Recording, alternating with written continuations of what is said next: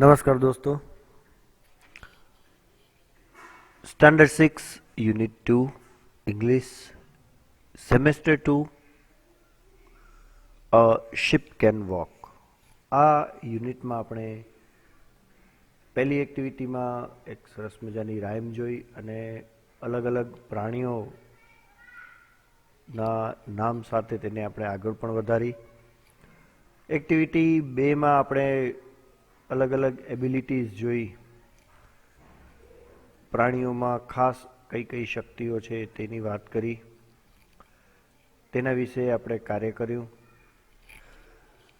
Activity 3માં આપણે જે કામ કરી શકીએ છીએ અને નથી કરી શકતા તેની વાત જોઈ. અને એક્ટિવિટી 4 તો ખૂબ જ મજેદાર હતી, યાદ છે ને? જે સર્કસમાં વિદ્યાર્થીઓ ગયા હતા તે સર્કસનો મેનેજર એક ચિમ્પાન્ઝી નીકળે છે. આજે આપણે એક્ટિવિટી 5 શરૂ કરવાની છે. એક્ટિવિટી 5 ખૂબ જ મજા આવે તેવી છે અને આનંદ કરવાનો છે.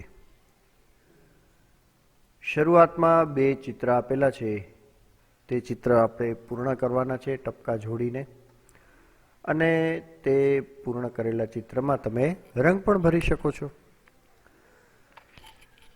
શરૂ કરીએ છીએ the ship of desert.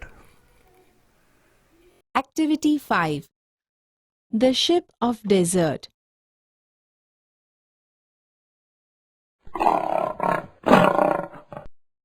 Who are you? તું કોણ છે? I'm the sheep of the desert. હું રણનું વાણ છું. Who are you? તું કોણ છે?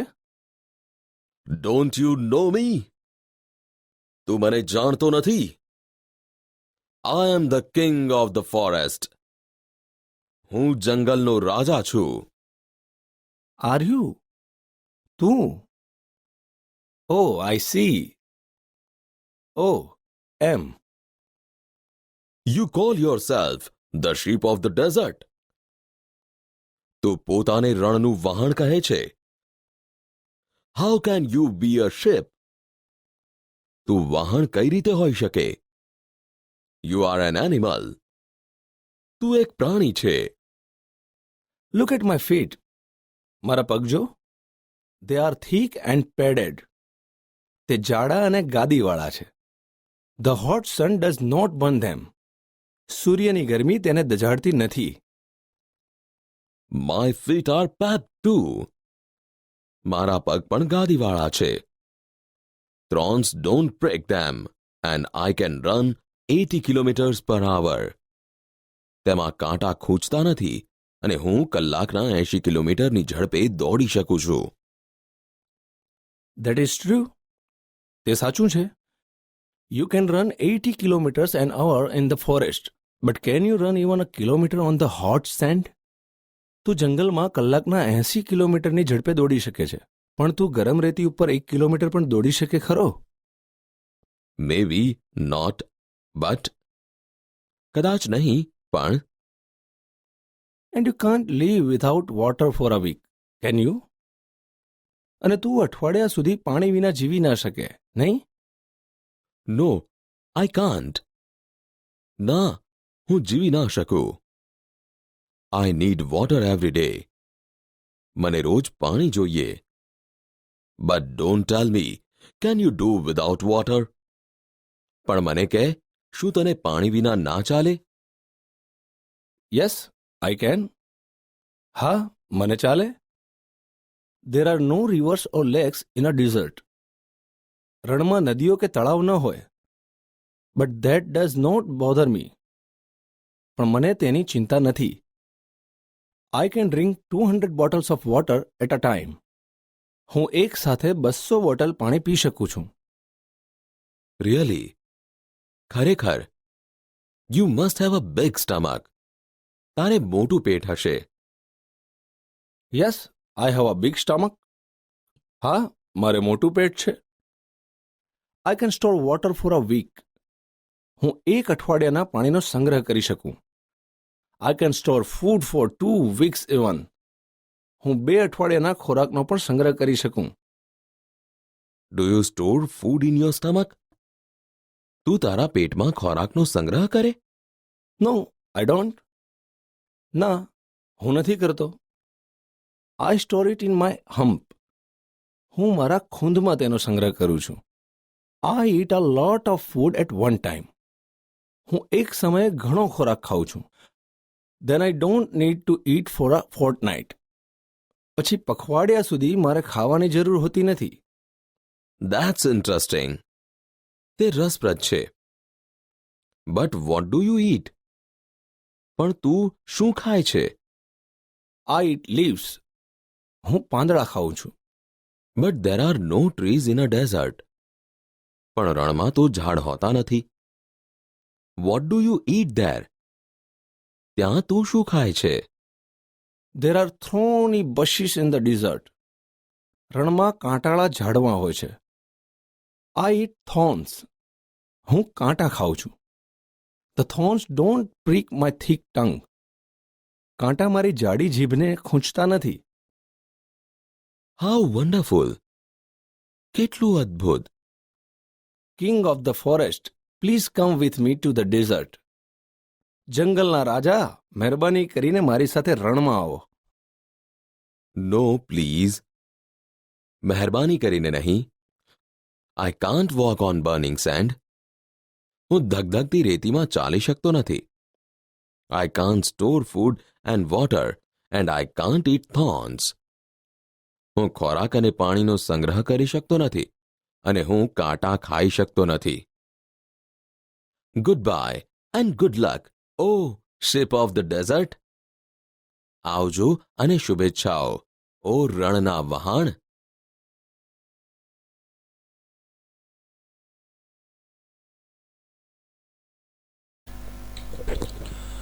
ઊંટ અને સિંહની વાર્તા તમે જોઈ, વાંચી, સાંભળી, મજા પડી ને?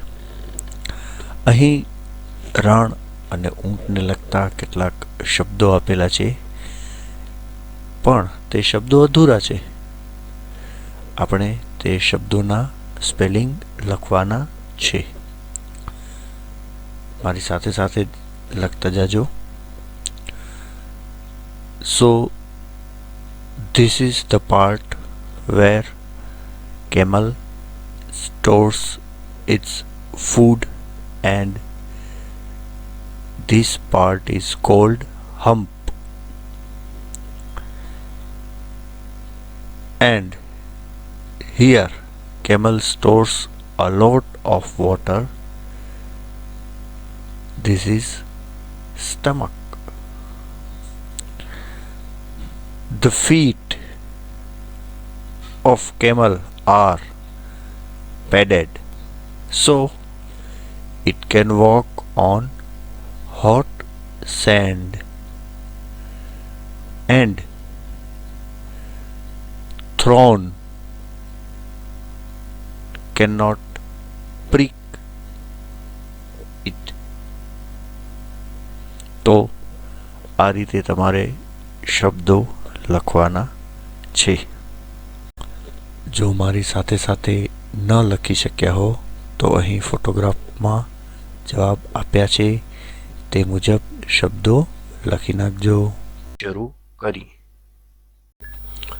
Activity 5C. Work in pairs. The sentences from the story are mixed up below.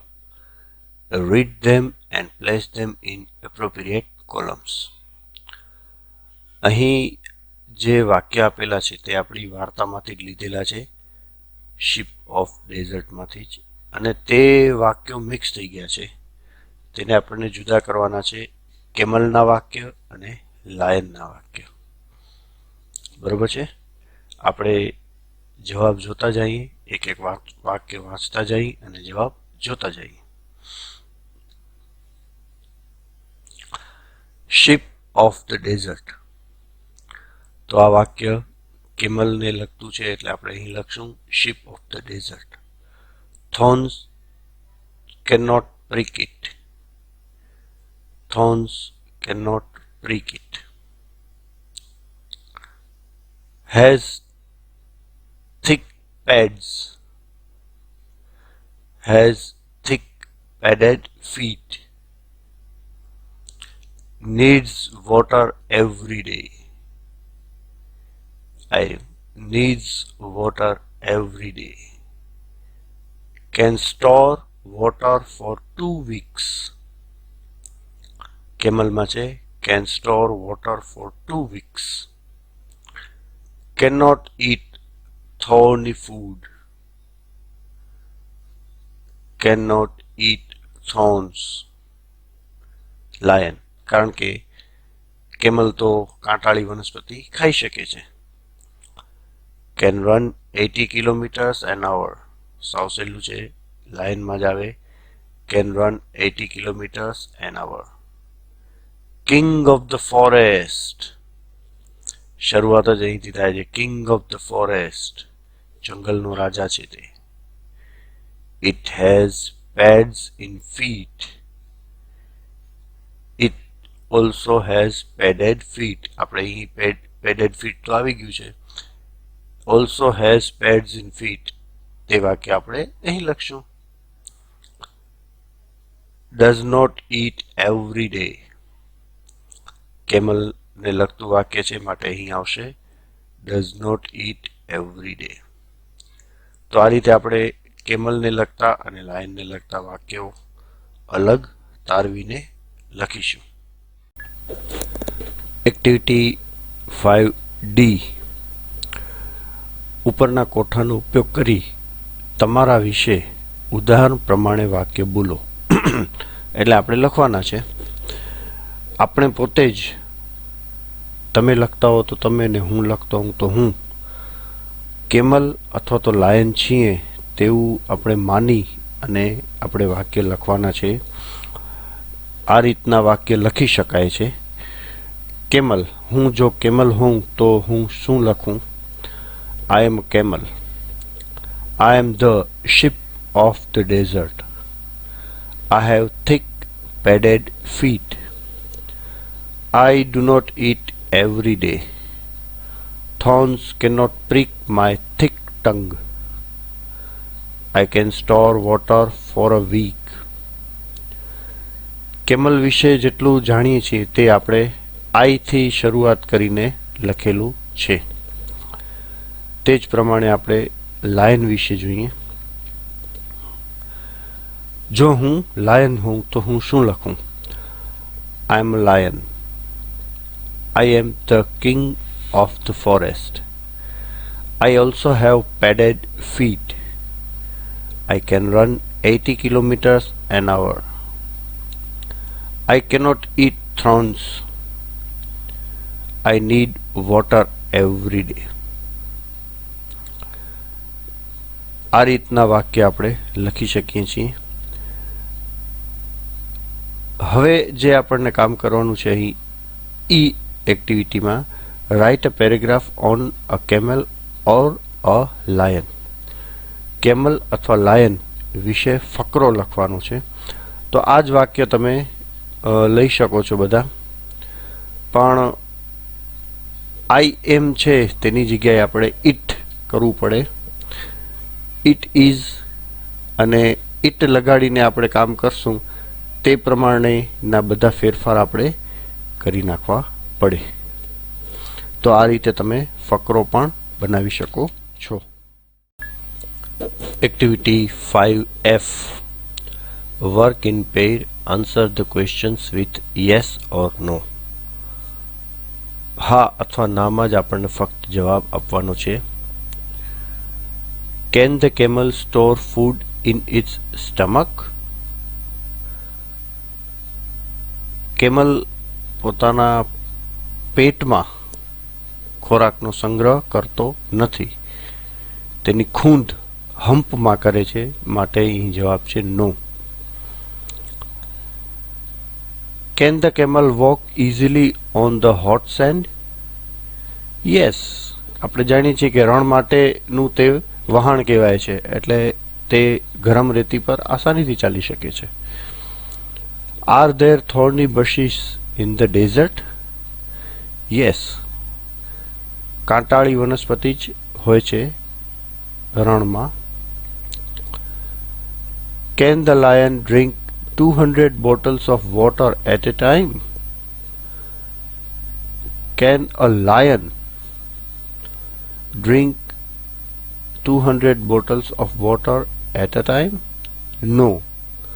કારણ કે લાયન એક સાથે 200 બોટલ પાણી નથી પી શકતો. કોણ પી શકે છે?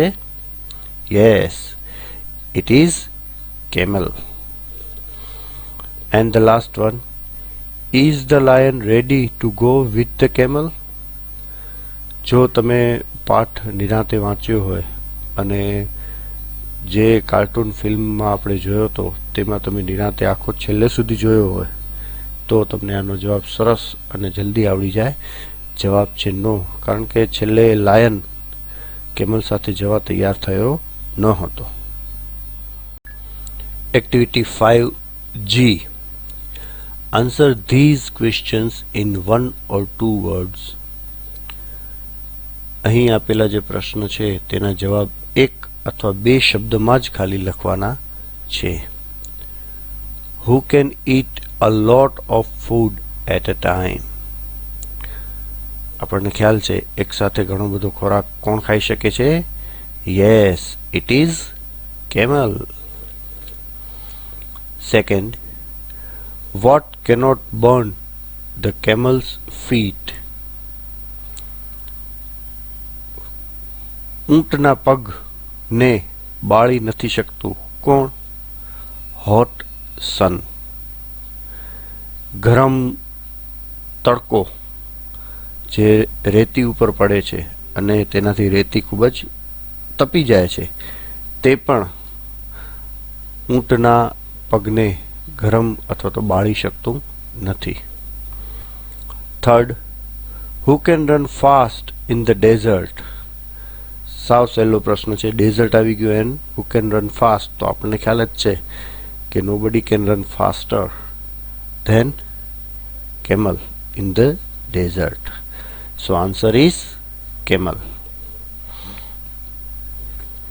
Fourth, what cannot disturb the camel?